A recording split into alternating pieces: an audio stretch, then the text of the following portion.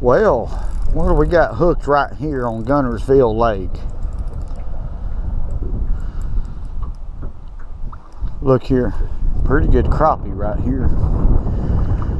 Here it is, it's March the 12th, 2017, and look here, what a crappie. It's a black crappie. I'm tied up to a tree back here in the back end of Town Creek. That's a pretty good fish right there. Okay, let's put some water in here because Elmer, he likes to fish. But now, the last 3 trips, folks, Elmer's had some bad luck. You know, in my previous videos, you know that him and his wife had a little bit of trouble. But now they're doing good right now. And I'm proud of that. Let's put us some water in here. Drop us a crappie in here. I tell you what, I was a little bit reluctant. Boy, that's a good fish to come fishing today. But we have to catch them. That's what we're about. Let's make another cast in there where I caught that fish. That fish was probably about 4 foot deep.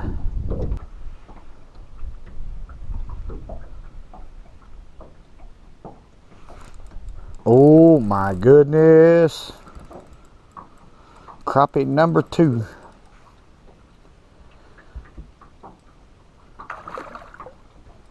I tell you what, Elmer's missing another good trip here, boy. This fish is real black right here. Real black. What it is, it's the early stages of spawn. Even though it's pre-spawn. I'll explain this right here. The water temperature is 56 degrees. Or the surface temperature is. And it hadn't stayed that way. It's just now reaching that point on the surface. But these fish is actually coming back up into these sloughs and areas like that to where they're hunting a place to spawn. And the males, like this one, this is a black crappie, a male, he's starting to turn black. Now his chemicals in his body is changing. He's ready to do his thing. And that's a good fish right there. Let's put him in the bucket. And there he is. There's 2 good crappie right there. Now they're real scattered. The main lake is real muddy. So what I did to find these fish is to find me the clearest water I possibly could.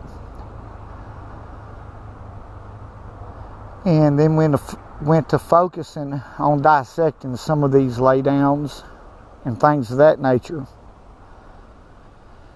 Now these fish are definitely not spawning, but they're thinking about it. This is the early stages of spawn. Let's catch another one.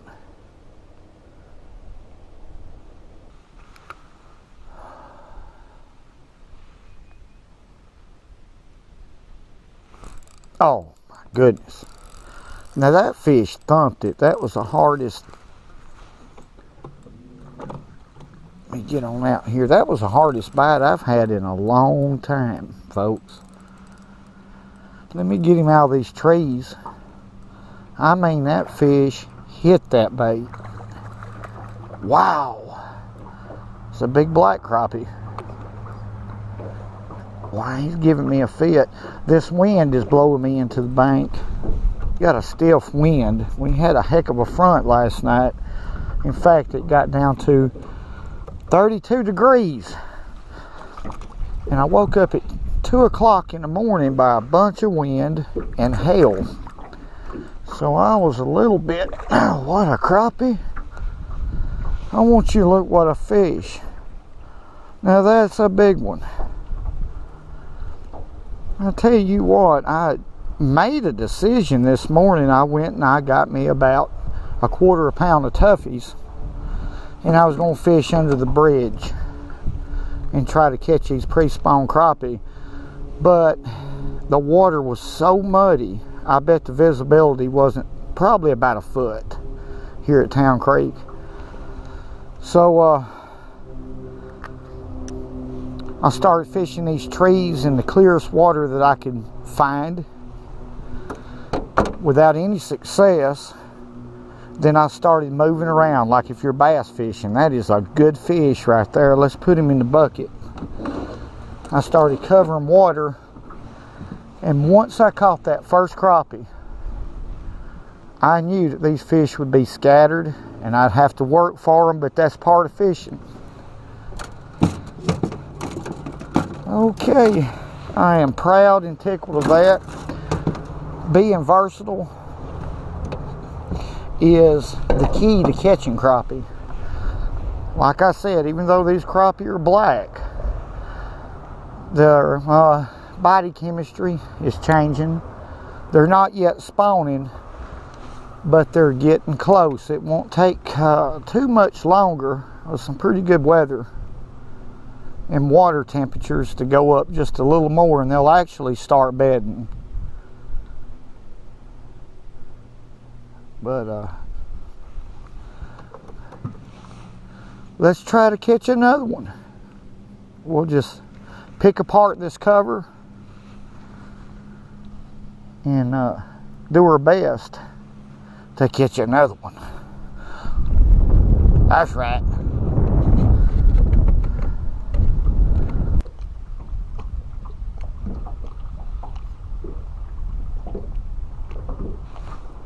There we go.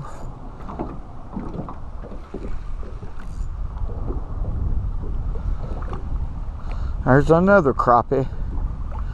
This one ain't very big, but is a keeper. And it's another male. A male black crappie. Done turning them pretty black colors.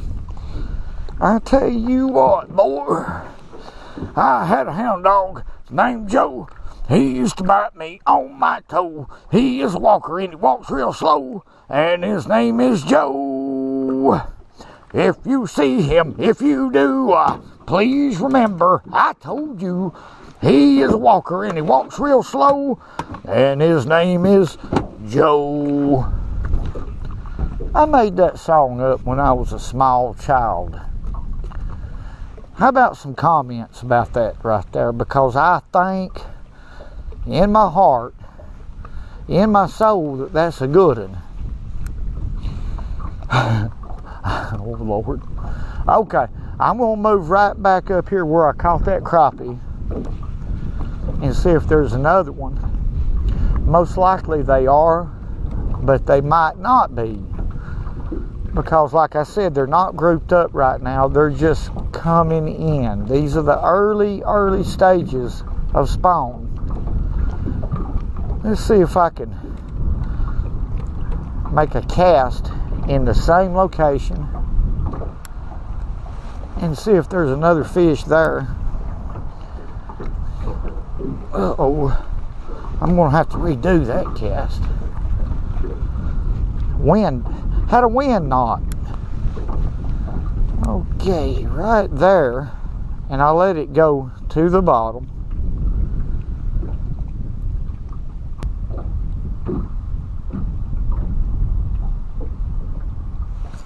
Oh, there's another one. Now that acts like a good crappie right here. That fish comes straight to the boat. Dump, oh my goodness, dump the crap out of it. Let me get out of this hole. Now that's a big fish right there. Let me just ease off our spot because these fish has been real scattered. I can't seem to catch two in one spot, but the way that crappie hit that jig, they could be several in there, because that's usually an indication that there's a little competition going on when that happens. Again, we're fishing into the wind, always fishing to the wind. Let's get this. This is a beautiful fish here. and a big fish. There's another slab. I tell you what, folks, I'm having to really work for these fish today, but that's okay. Nothing comes easy. We all know that. But these weather conditions here in North Alabama are some of the hardest to fish on. You really have to dot your I's, cross your T's to consistently be able to catch crappie. Alright, now that's a big fish right there. We're going to put him in the bucket because I've tried to bring Elmer some fish, but the fact of the matter is I hadn't quite been able to do that. I tell you, he's got an earache. Now he needs to get on out here with me so we can experiment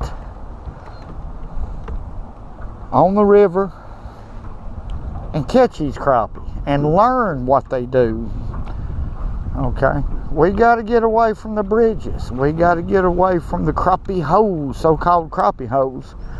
We're going to have to get out here and understand the movement of crappie. Let's catch another one.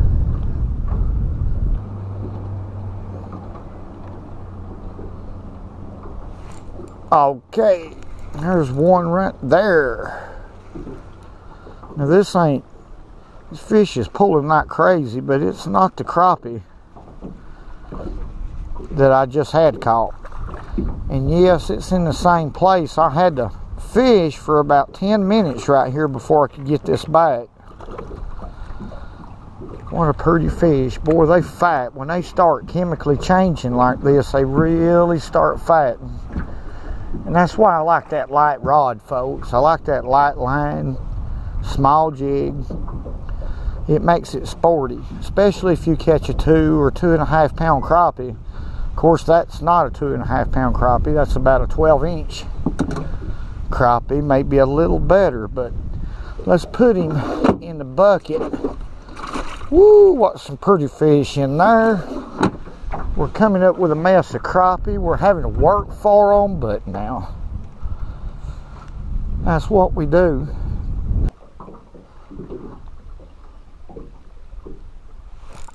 Oh, there's another one. This is a third crappie right here. I'm surprised, but something just told me, just stay in there, Richard. You can do it. This one's fighting, giving me a fit. Just as the wind calmed down. Yep, another big black crappie. My goodness. I'll tell you what. Beautiful fish. They got a lot of spunk. Like I said, when they do this little chemical change, they get mean. Alright, let's flip this fish. He's not hooked good enough to flip him. There he is. That's another black crappie. Bobby Garland baits. Let's put him in the bucket here. A good fish. Okay, we're going to have to change our jig. I'm using different colors today. I'd never stick with the same color usually.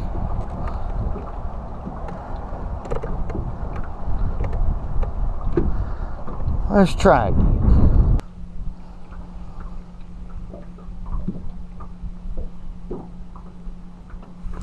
Oh, now that fish right there thumped that jig. That's the second hardest bite I've had today. I mean, thumped it.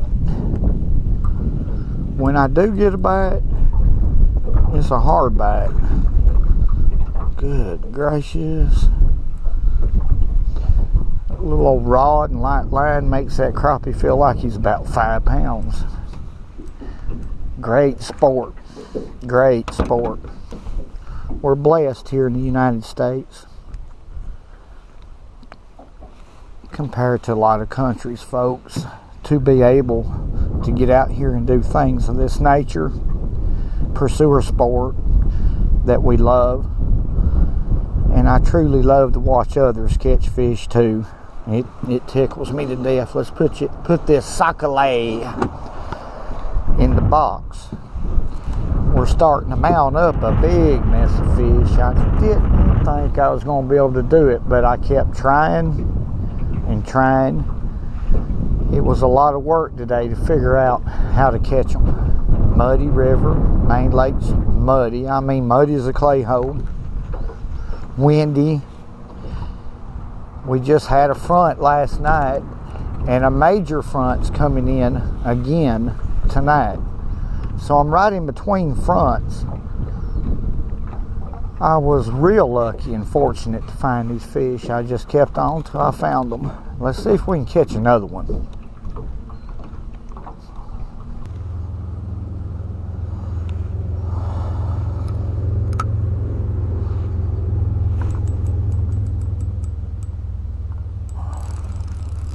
What do we got here?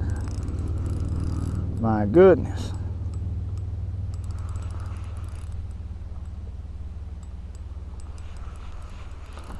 Golly, what a bluegill. Now that's something that I love to catch, is bluegill and shell cracker. But I'm going to tell you, that's a big old gill right there. Big bluegill. He's lucky I got some crappie, because I'd eat him. Let's let him go. Let him get bigger.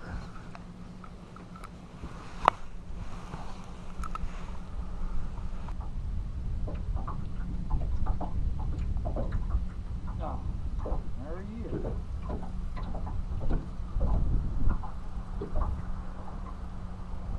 That's a good fish. That's a good fish.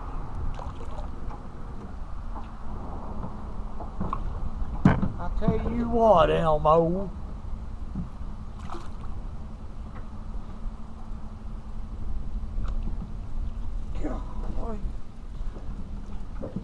I tell you what. Wait just a second.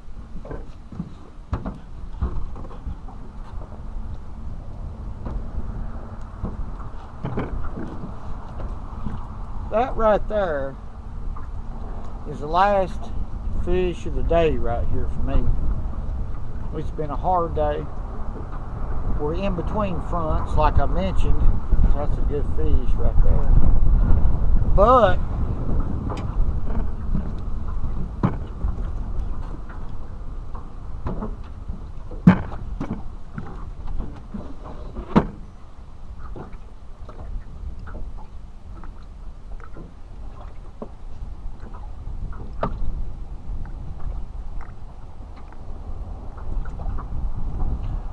these are my two, look at them crappie, biggest fish.